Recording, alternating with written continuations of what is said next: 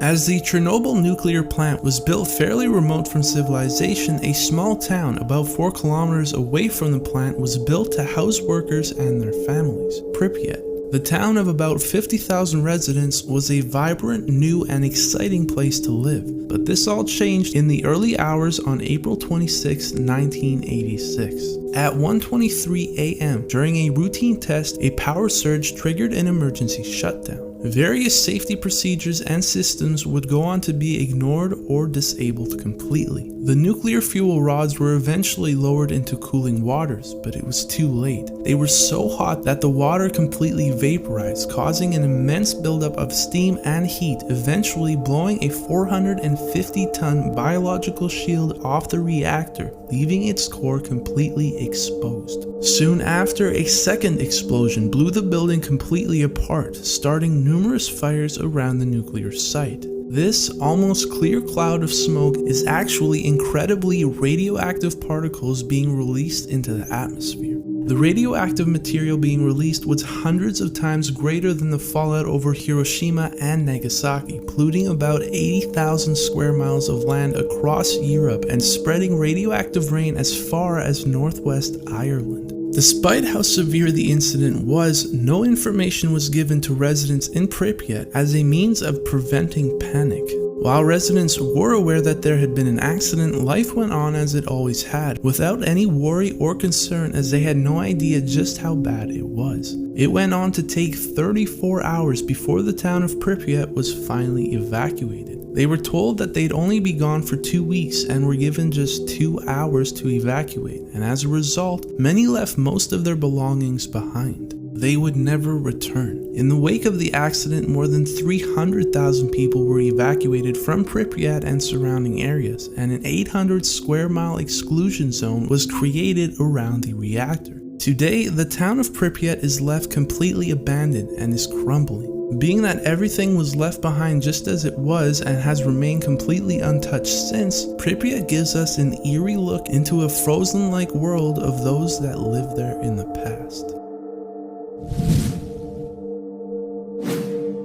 The Chernobyl disaster had an undeniable impact on the nature of surrounding areas. The blood forest, for instance, shows the result of thousands of trees that were exposed to radiation levels that were so high that they died, turning their leaves red, thus explaining the blood forest's name. Much of the original forestation was killed, but since the disaster, nature has taken back its territory in many ways and can be seen in the many eerie photos that you may have already seen. Despite the stories about nature thriving in the Chernobyl area, Professor Masseau shows the other side. The first discovery that he and a fellow professor made was that birds located in the fallout zone of Chernobyl were suffering increased levels of genetic mutations. After examining 20,000 barn swallows, they found abnormal numbers of deformed beaks, malformed tails, irregularly shaped eyes, and tumors. Some birds were also found to have red plumage where it should have been blue.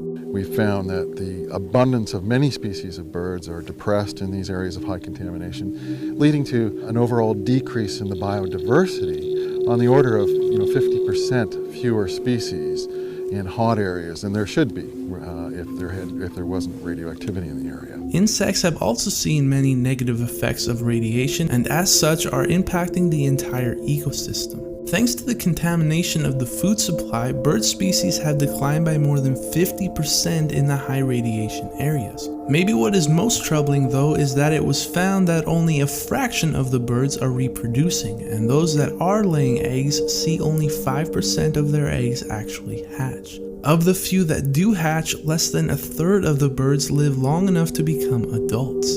The radiation and its effects are undeniable. On a farm in the Ukraine, this piglet was born suffering from severe deformity, born with numerous extra limbs. Even with the numerous examples of how the extreme levels of radiation have impacted this region, the exclusion zones have allowed various wildlife species to flourish. Some believe the negative effects of disease and mutations may be less than the impact that humans would have had on the area's wildlife had Chernobyl never happened. A truly sobering thought.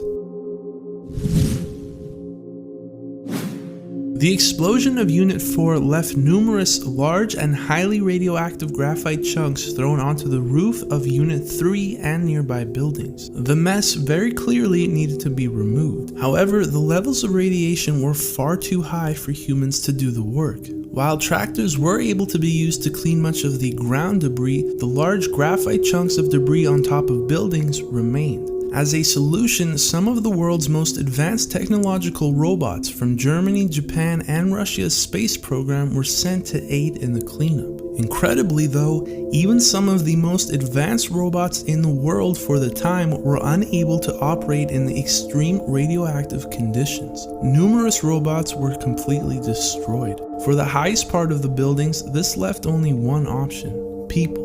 People were to go into an environment so harsh that even robots had died. The levels of radiation were so extreme that the human body could only withstand as little as 40 to 60 seconds of exposure before threatening their lives. Yet, these men did it without question. Knowing that they had just a minute, they ran across the roofs, pushing these heavy chunks of graphite over the edge as fast as possible before running back inside. According to a Soviet official at the time, only about 10% of the cleanup on the roof was done by machines. Instead, 5,000 incredibly brave men, known as the biorobots, did the rest. Immediately after, construction began to cover the core with the sarcophagus, where workers again were exposed to very high levels of radiation. By this time, many of the firemen and workers that had worked on cleaning up the mess were now having their exposure to radiation catch up with them. As a result, they suffered. Nausea, swelling, immense pain, and a slow, agonizing death was what these brave men were left with in their final days. Many who died are now buried in welded zinc coffins to prevent radioactive remains from contaminating the ground.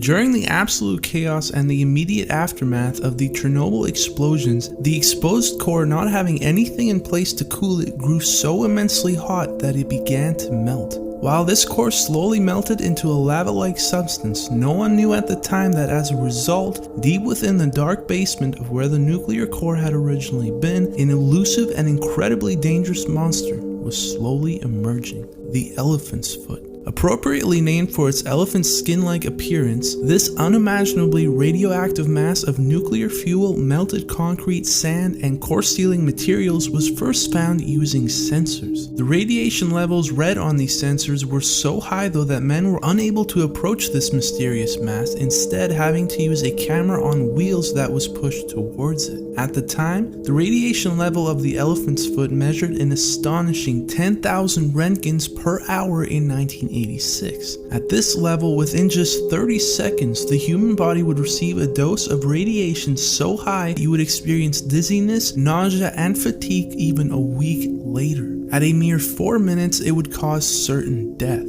Incredibly though, the elephant's foot still emits heat and intense levels of radiation even today. Though levels have weakened in 1996, a full 10 years after the meltdown, the elephant's foot was found to still be radiating at a high 1000 Roentgens per hour. Even at this level, just a mere 8 minutes of exposure near the mass would cause radiation illness, and an hour of exposure would prove to be fatal to the human body. The elephant's foot is still burning its way down and will remain in its dark basement for centuries to come. Truly a symbolic testament to the catastrophic aftermath of the Chernobyl disaster. Below what can be seen of the destroyed Unit 4 reactor that blew lied a now flooded basement of water that had been used as coolant for the power plant. This posed a disastrous impending threat. While the initial fires from the explosion were quickly extinguished, they left a continuous smoldering flow of nuclear fuel burning slowly towards this pool of water. If this molten flow of metal should reach the water-filled basement, a second steam explosion would have been triggered, blowing the entire power station apart. In other words, the remaining 3 reactors would have exploded as well, causing an explosion 10 times more powerful than Hiroshima. Essentially, half of Europe could have been wiped out, leaving it uninhabitable for up to 500,000 years. You may have heard a common tale of 3 men who volunteered to dive into a full pool of radioactive water to drain it in the face of almost certain death. The tale claims that all 3 men died within just days, sacrificing their own lives to save millions of others. While popular, the story isn't entirely true. Firefighters had worked tirelessly to drain the basement but were unable to completely drain it, leaving about 2 to 3 feet of water. This meant that the threat of the smoldering metal reaching the basement remained. However, 3 incredibly brave men who were neither soldiers nor firefighters, stepped up. With radioactive water up to their knees, the men made their way through complete darkness within the basement in search of drain valves. Soon after, men awaiting outside began to cheer and celebrate at the sound of rushing water being heard. They had successfully drained the pool, but contrary to the popular story, the 3 men, although exposed to heavy amounts of radiation, went on to live. One of the 3 men passed away in 2005 due to a heart attack, but it is believed that the other 2 remain alive even today. These men risked their lives going into a completely black radioactive water-filled basement beneath a molten reactor core that was burning its way towards them. They saved millions of lives, and their bravery is truly unquestionable.